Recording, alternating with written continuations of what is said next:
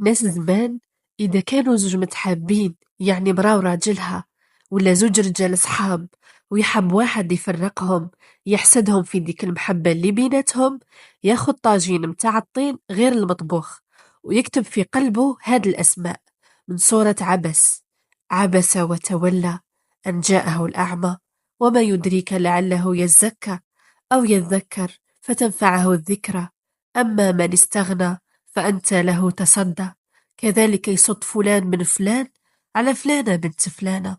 ومن سورة المطففين: ويل للمطففين الذين إذا اكتالوا على الناس يستوفون وإذا كالوهم أو وزنوهم يخسرون، خسر الله بين فلان من فلانة وفلانة بنت فلانة.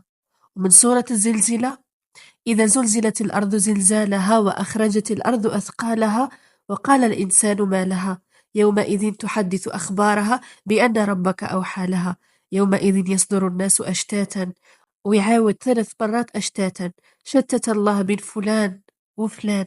ومن سورة العصر: والعصر إن الإنسان لفي خسر، خسر الله بين فلان وفلان. وبعد ما يكتب هذا الشي يجعل نصيب من القمح في هذاك الطاجين ويحرقه، ويبخر بالكبريت والحنتيت والثوم الحمراء والقطران، ويعزف بالآيات اللي كتبناها 7 مرات. ومن بعد يمشي يرمي هذاك الطاجين في الموضع اللي يجتمعوا فيه هذوك الناس المتحابين، يكسروا تمه ويفترقوا من هذاك الحين.